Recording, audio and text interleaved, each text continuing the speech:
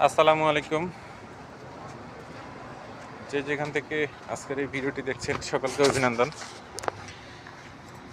ঘটনা কিন্তু সত্য, ঠিক আছে? যারা দুবাই ট্যাক্সিতে আসতে চান, taxi driver, food bike rider এবং ভ্যালেট পার্কিং, আগামী মাসের অর্থাৎ 14 এবং 15 সেপ্টেম্বর ঢাকায় সরাসরি ডেলিগেট দুবাই থেকে যাবে। সরাসরি ডেলিগেট টিম ফেস করে আপনারা ইন্টারভিউ দিতে পারেন। এটা সুবর্ণ সুযোগ, অনেকেরই স্বপ্ন পূরণ হওয়ার সুযোগ।